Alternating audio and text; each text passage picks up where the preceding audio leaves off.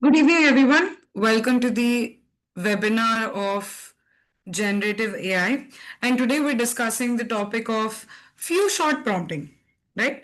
What exactly is few shot prompting? Few shot prompting is a technique which is used with large language models like GPT, Falcon, Mistral, where you can include a few examples. A lot of examples that we will actually look into, right? The model uses certain examples in order to infer the pattern and generalize it to the new inputs without any retraining required or without any fine tuning. Exactly, right? And why exactly is few shot prompting an important technique? No fine tuning is required, so you don't have to retrain the model. You can just guide it using the prompts. Second one would be so you can leverage LLMs in a context learning ability. The modern LLMs can actually learn patterns within a single prompt session itself. Then it's very flexible for a varied number of tasks, like you can use it for classification, translation, summarization, reasoning, etc. And you can do a lot of different experiments. You can try new tasks just by changing the prompt, and you don't need any data pipelines as such. That's why we require few shot prompting. We basically give 2 to 5 examples in prompt in order to guide the behavior. Okay, and when the pattern is complex or subtle, we can use this. Where exactly is few shot prompting used? Sentiment analysis, language translation, code generation, grammar correction, text summarization, named entity recognition, or logical reasoning and Q&A. Let's try and understand this flow diagram. This diagram visually explains how few-shot prompting with retrieval works, often called as retrieval augmented few-shot prompting, with RAG basically, right? Now let's break it down step by step. To classify a query, for example, sentiment classification, we're using a large language model that is guided by relevant examples, which are retrieved from a vector store. So what exactly is the user query here? The user query says this product is very cost effective. This is a real-time input from a user. The system does not yet know whether it's a positive sentiment, negative sentiment, or a neutral statement. Right? So instead of manually tagging or training a new model, we use a powerful LLM in order to infer the sentiment. Then comes your vector store, which is storing a lot of examples. It contains a library of pre-labeled examples, right? Sentences with known sentiments. These examples are stored as vector embeddings, numerical representations that capture a semantic meaning. So the system has a memory, a vector store that contains hundreds of past labeled examples stored as vectors for fast comparison. Then we come to semantic matching, the next method. The user query is converted into an embedding. The system searches the vector store for examples with similar meaning. Not just word match, but actually the meaning. For example, if the user says very cost effective, it might retrieve examples like affordable product, worth the price, okay, cheap, etc. So we don't just pick random examples, we use semantic search to find examples that mean the same thing. This ensures that the model sees relevant demonstrations. Then comes our prompt construction, where the system builds a prompt with your instruction, which is classifying these conversations, and few short examples, the retrieved relevant labeled examples, and current user query, which is unlabeled for the model to classify. So the retrieved examples along with the user query will form the few short prompt. This prompt will teach the model what kind of classification we want, what kind of classification the user is looking for. Then finally, you have the LLM inference. The prompt is fed into a large language model like Falcon, GPT, Mistral, Gemini, anything. The model will understand the pattern from previous examples and it will classify the user query as either positive, negative, or neutral. In this example or in this case, it's a positive sentiment. So the LLM sees the prompt and it completes it based on the examples. It doesn't need training, it understands from the context. Then we also have a feedback loop or output.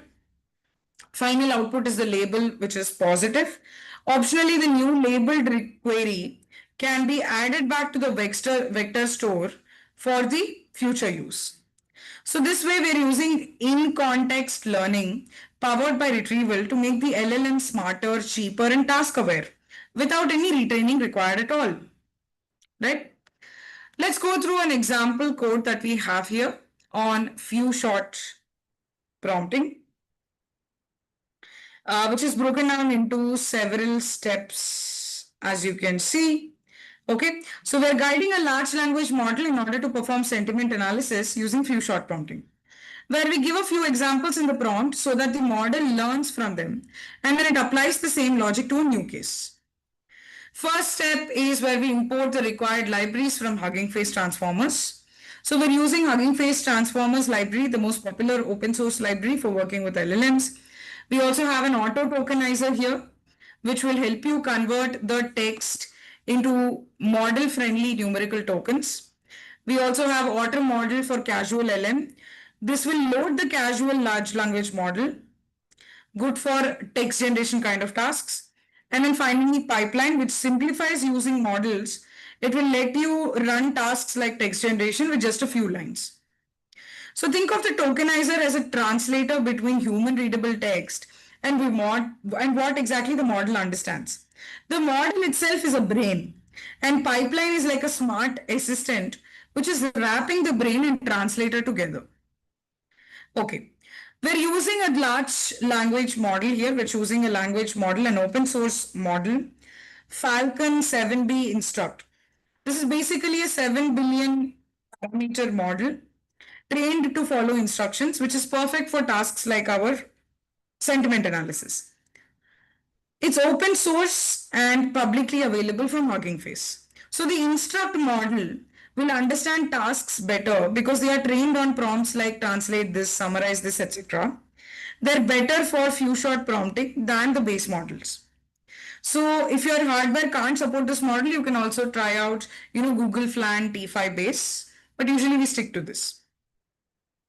Meanwhile, I'll just run these lines of code while I'm explaining. Yeah, the first thing, the next step that we're taking, step 3, we're basically loading the tokenizer and the model. So we're downloading the tokenizer and model weights, okay? We're saying device map is equal to auto to see if it uses, it will basically use the GPU if available. And torch D type we say as auto. Again, this will pick up the tensor, right? It picks up the tensor format like float 16 for faster GPU processing. So loading the model and tokenizer from Hugging Face is like downloading a pre-trained brain and the language that it understands. Right? Okay. Then we're constructing the few shot prompts itself. Okay. We create a few shot prompts for text classification, sentiment analysis, etc. You can see the prompt that we've given here. We're saying classify the sentiment of the sentence as positive, negative, or neutral. First example says, I love this movie, and we are giving the result as positive. Second example, this is the worst product I've ever bought. Again, sentiment is negative. Third example, the book was okay, nothing special. Sentiment neutral. And we have given new prompt here which says, I'm not impressed with the service. And now we are waiting for the prediction of this particular last sentence that we have mentioned, right? This is the core of few shot prompting. We have included 3 examples along with the input and the expected output. Then we ask the model to predict the sentiment for a new sentence altogether.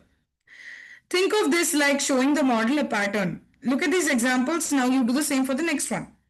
It's like giving it a cheat sheet or guided practice before it takes a test. And finally, we are initializing the generation pipeline. So we wrap our model and tokenizer into a text generation pipeline. This will give us a clean function call to generate certain responses. So the pipelines are very beginner-friendly wrappers, which will reduce the code needed to run tasks like generation, classification, or translation. Finally, we're running the model on prompt. Okay. And we've mentioned a few parameters here. We're saying max new tokens is equal to 10. We only want the model to complete the last line, which is the sentiment with a few tokens. Do sample false. We have set this as false. This will make the output more deterministic in nature. The same input gives the same output every single time. You will not have varied creative outputs. So this is the point where the model will start predicting based on the examples that it saw. We're restricting it to only generate a few words because we only want a sentiment and not a long essay. Finally, we're trying to print the output. Yeah, it's taking a while to run, but I think we've got the output here. Yeah. Finally, we're trying to print the output. The model will output the entire prompt again, and along with that, the predicted answer. So we extract it from the returned dictionary and print it. Now, the model completes this task by mimicking the examples in our case, and it should give the output as negative as that fits the pattern. Right? The last statement that we've given, I'm not impressed with this service, it is giving the output as negative. So try out a few shot prompting. Previously, we have also seen zero shot prompting.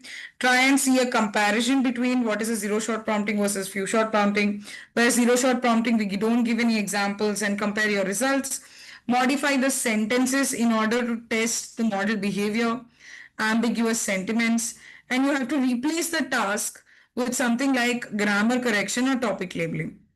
Would you like, this is about a little bit about the few shot prompting, why exactly it matters and how does it actually work internally. When you pass a prompt with a few examples to an LLM, the model doesn't train or update the weights. Instead, it will process the full prompt like a long sentence and use its internal attention mechanism in order to learn the pattern. It's called in-context learning. The model learns from the context or examples during the inference time. So imagine like you have a teacher who's showing three solved problems on the board and asking the students to solve a similar one. That's exactly what few shot prompting is doing. The model plays the role of a fast learner student over here. Okay, so this is how your few shot prompting works. Keep experimenting, guys. Try out more things. This was just an example, an analogy that I laid out, and you can keep experimenting. So stay tuned in for our prompt engineering series. Going forward, we're going to discuss a lot more prompting techniques in detail, and stay tuned in with us. Thank you for joining. Thank you.